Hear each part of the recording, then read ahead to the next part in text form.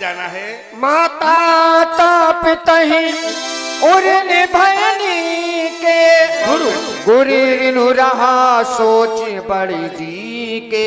माता पिता किरण से आप उर्ण हो चुके हैं। महाराज आपने माता का वध किया, पुनः जीवन दान दे दिया। माता पिता किरण से आप उर्ण हो गए।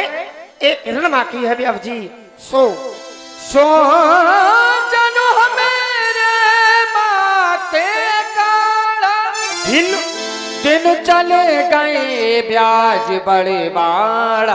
महाराज दिन चले गए और ब्याज बढ़ गया, इसलिए हमारा कहना है अब आनिए ब्योहरिया बोली तुरंत दे मैं थैली को। व्यास जी इस अर्धाली को हाँ थोड़ा प्रकारांतर में बदल दिए, क्योंकि बुलाने का जो आधार है वो शंकर जी का है, और शंकर जी है महाकाल, है ना। और काल को बुलाना है तो कुछ ऐसा लगे कि हम बुला रहे हैं और हमारे बुलाने से काल भी आ जाएगा। हेलो और ध्यान दें,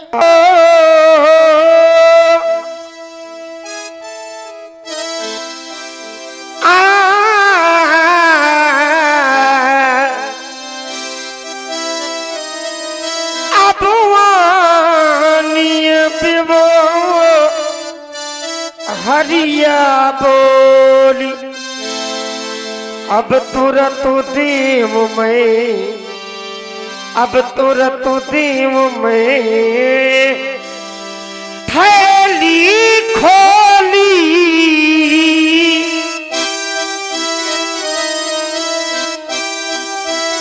आप बिहारी बुलावे, हम थैली खोल देंगे, आप गुरुदेव भगवान के ऋण से मुक्त हो जाएंगे।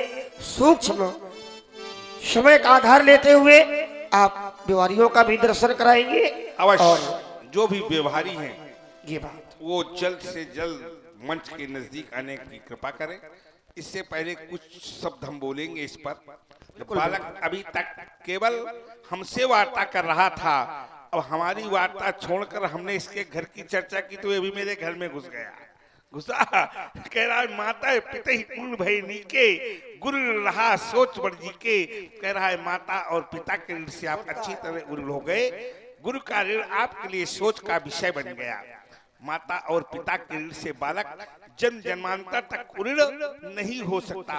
हो सकता है? नहीं, माता के ऋण से कभी नहीं हो सकता, क्योंकि माता जब बालक माँ की गर्भावस्था में रहता है, गर्भ में रहता है, तो भी माता के रक्त से बालक का शरीर को रक्त से सिंचित किया जाता है।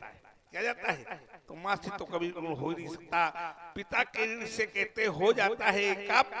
जब वो एक पुत्र की प्राप्ति कर लेता है तो पिता के ऋण से गुण माना जाता है, लेकिन ऐसा है नहीं। लेकिन कहीं कहीं इसका उल्लेख आया है, ठीक है, कि अगर पुत्र एक पुत्र की प्राप्ति कर लेता है। क्या हो रहा है आवाज इसकी? कहाँ जा रही है आवाज? क्या कर रहे हो आप बैठे बैठे? क्या सुन रहे हो? आवाज ऐसी सबके यहाँ आवाज आनी चाहिए। नहीं, अच्छा काम कर रहा है, ऐसी बात नहीं। देखिए तो फिर भगवान ने क्या किया? तो कह रहा है कि पिता के ऋण से भी आप ऋण हो गए, क्योंकि आपको मरना नहीं है। पिताजी को कोई पुत्र की आवश्यकता नहीं, जब आप मरोगे ही नहीं तो पिताजी का वंश चलता रहेगा। तो पिता के ऋण से आप ऋण हो गए। माता को पिता के आदेश से मरवाया और माता को जीवन दान दिला दिया, तो माता भी क्या हो गई? माता को जीवन, माता ने जीवन आपको दिया, आपने माता को जीवन दे दिया। नहीं नहीं, एक बार मेरे पिता ने माता से जल मंगवाया। मेरी माता जल लेने सरोवर में गई, वहां से माता जल लाने में माता को विलंब हो गया, देर हो गई। मेरे पिताजी की क्रोध भी आ गई, चारों भाइयों को बुलाया और कहा कि माता का वध कर दो, लेकिन चारों भाइयों ने माता का वध नहीं किया। अंतोगत्वा मेरे पिता ने मेरा आह्वान किया। मैं मणि की गज से चलने वाला प्रस्ताव जब मुझे बुलाया गया, मैं वहां पहुंचा तो मेरे पिता ने मुझे आदेशित किया, राम माता का वध कर दो। तो मैंने एक क्षण भी विचार नहीं किया। मैंने आचार्य पवर की एक पंक्ति अपने मस्तिष्क में रखी। वो पंक्ति कह रही थी कि अनुचित उचित विचार तज जहि पाल ही पितु बैन इस पंक्ति को मैंने अपने मस्तिष्क में रखा और प्रश्न का प्रहार माता पर किया। माता का सिर अलग, धड़ अलग। मेरे पिता ने कहा, राम, इन चारों भाइयों ने भी मेरी आज्ञा की अवहेलना की है, अस्तु चारों भाइयों का भी वध कर दो। मैंने चारों भाइयों के शीश पर इस प्रश्न का प्रहार किया। चारों भाइयों के शीश अलग और धड़ अलग। जिस समय मेरी माता और चारों भाइयों का वध मेरे हाथों से हुआ, उसी समय ये प्रश्न मेरे हाथ से छूट गया। जब प्रश्न मेरे हाथ से छूट गया तो मैं बैठकर रोने लगा कि मैंने क्या कर डाला। मैंने माता का वध कर दिया, मैंने चारों भाइयों का वध कर दिया। उन चारों भाइयों का वध कर दिया जिन भाइयों के साथ मैं खेलता था। तो चारों भाइयों में मैं छोटा था, बस विश्वास सुखेन और परशुराम। सबसे छोटा होने के नाते वो चारों भाई क्या करते थे, खेल खेल में अगर मैं हार रहा होता था तो चारों भाई खेल में मुझे जिता देते थे और स्वयं बड़े होने के नाते वो हार जाते थे।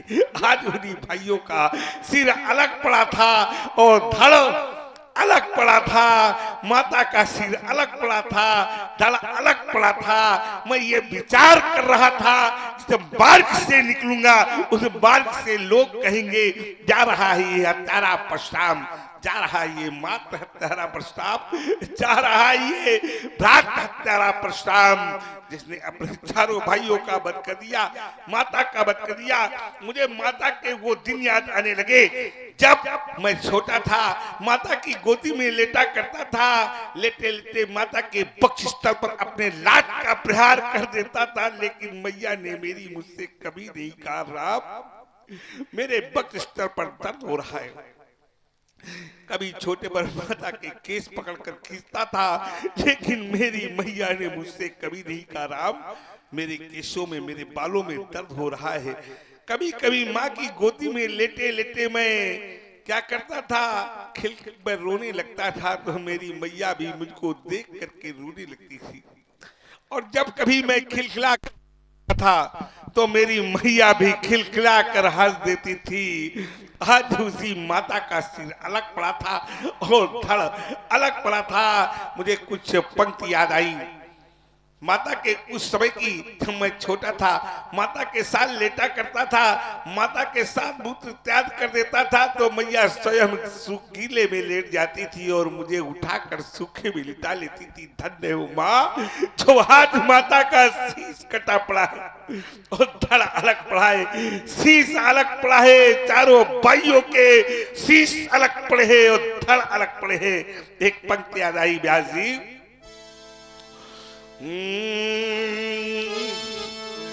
हे भगवान उस मैया को देखो,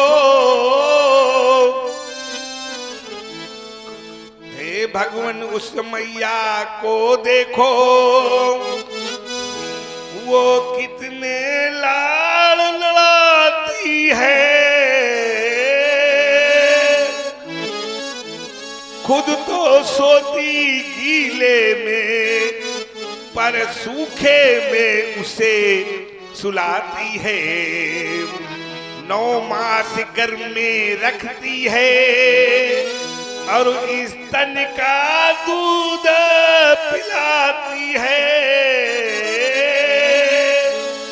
और धन्य है वो ऐसी मैया जो इतने कष्ट उठाती है।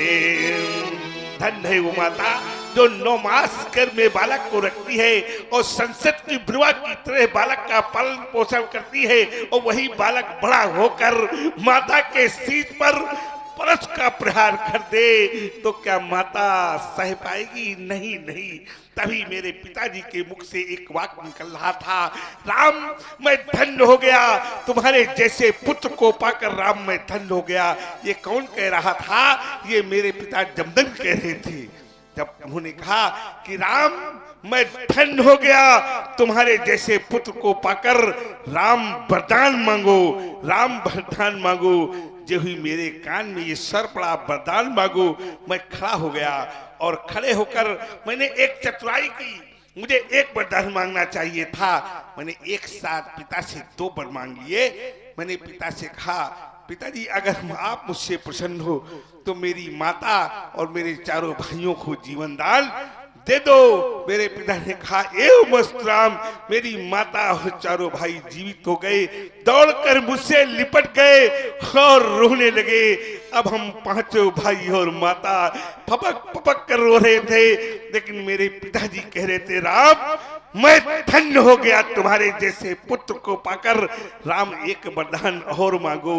हमने कहा, पिताजी अब मुझे कोई वरदान नहीं चाहिए, अब नहीं चाहिए मुझे कोई वरदान। बोला, नहीं राम, एक वरदान और मांगना होगा। तो हमने कहा, अगर पिताजी आप वरदान देना ही चाहते हो तो एक वरदान मुझे ये दे दो कि मेरी माता और मेरे चारों भाइयों को कभी ये याद न रहे कि मैंने उनका कभी वध भी किया था। मेरे पिता ने कहा, तथास्तु, ऐसा ही होगा। तभी शास्त्र कहता है कि परशुराम पितु आज्ञा राखी, हमारी मात लोक सब साखी। मैंने माता का वध किया, चारों भाइयों का वध किया, लेकिन मुझे कोई दोष नहीं लगा क्योंकि आज्ञा पिता की थी। देखिए, यहाँ पर एक शिक्षा मिलती है। आप लोग मेरी मानना या न मानना, लक्ष्मण की मानना या न मानना, और राम की मानना या न मानना, व्यास की मानना, व्यास जी की या न मानना, लेकिन भगवान के प्रिय भक्तों, आज से आप लोग अपने माता पिता की अवश्य मानना। इसकी अपने माता पिता की अवश्य मानिए। पीछे से ताली बजा, पीछे क्यों नहीं बजा ताली? हाँ, ये बात, इस बात का समर्थन हुआ कि आज से आप सभी लोग अपने माता पिता की अवश्य मानेंगे, और जिसने अपने माता पिता की मान ली उसे संसार में फिर और किसी के मानने की आवश्यकता नहीं है। क्यों? क्योंकि माता का स्थान सत्य का है और पिता का स्थान ज्ञान का है, और सत्य और ज्ञान को जब मिला दिया जाएगा तो भगवान के प्रिय भक्तों क्या बन जाएगा? सत्यम ज्ञानम अनंतम ब्रह्म। वो स्वयं ब्रह्म का निरूपण हो जाएगा। तभी वो ब्रह्म कहता है कि माता पिता के मुखारबिंद से निकले हुए वाक्य को मैं भी नहीं काट पाता, मैं भी नहीं टाल पाता। बहुत सुंदर। और हाँ, एक विशेष सूचना, समस्त ग्राम की जो छोटी कन्या हैं एवं ग्रामवासी सभी के लिए हनुमान दास बाबा मंदिर में प्रसाद का वितरण चल रहा है। तो आप सभी लोग प्रसाद ग्रहण करें। जो छोटी कन्या हैं शीघ्र ही मंदिर प्रांगण में भेज दें तो महान दया होगी। आप पुनः सुने कि मंदिर प्रांगण में प्रसाद का वितरण चल रहा है। समस्त ग्रामवासी एवं छोटी कन्याएं भक्तगण प्रसाद ग्रहण करने अवश्य पहुंचें। जय श्री राम। देखिए, आज से एक बात आप लोग याद रखना, जिनके माता पिता हैं आज से माता पिता की सबसे पहले मानना, इसके बाद किसी और की मानना। ठीक है? माता पिता जीते हुए जीते जागते इस संसार के हमारे आपके लिए क्या है? भगवान है। और जिनके माता पिता नहीं है वो भगवान माता पिता की तस्वीर के आगे जाकर कह देना, प्रभु पिताश्री या माताश्री, ये मुझसे गलती हो गई, मुझे पता नहीं था कि ऐसा भी करना चाहिए। अगर मेरे जीवन में मुझसे कोई त्रुट हुई है तो उससे मुझे क्या कर देना? क्षमा कर देना। माता पिता बड़े दयालु होते भगवान के प्रिय भक्तों हैं। भगवान को भी दया करने में देर लगती है, लेकिन माता पिता को दया करने में एक भी क्षण नहीं लगता। भगवान को दया करने के लिए क्या करना पड़ता है? कोटि कोटि मुनि जतन कराही, फिर अंत राम कई आवत नहीं। लेकिन माता पिता से एक बार हाथ जोड़कर कह देना और आंखों में आंसू भर लेना, तो माता तो तुमसे पहले ही रोने लगेगी। और करके देख लेना। गुरु रहा सोच बड़ जी के, गुरु का ऋण मेरे लिए सोच का विषय बना। एक बार मैं पहुंचा भगवान शंकर के पास और भगवान शंकर से मैंने कहा, भगवान गुरुदेव मैं आपके ऋण से गुरु होना चाहता हूँ। भगवान शंकर ने कहा, तुम मेरे ऋण से गुरु होना चाहते हो राम? तो हमने कहा, हाँ भगवान मैं आपके ऋण से गुरु होना चाहता हूँ। तो बोले, अगर तुम मेरे ऋण से गुरु होना चाहते हो तो राम, जब समुद्र मंथन हुआ था जरत सकल सूर्य बिंद विषम गरल जही पान किए, तही न भजई मन मंद को कृपाल शंकर शरीर। अर्थात जब जो समुद्र मंथन में जब विष निकला था उसका पान मैंने कर लिया था। गर्मी के दिनों में वो मेरे गले में जलन पैदा करता है।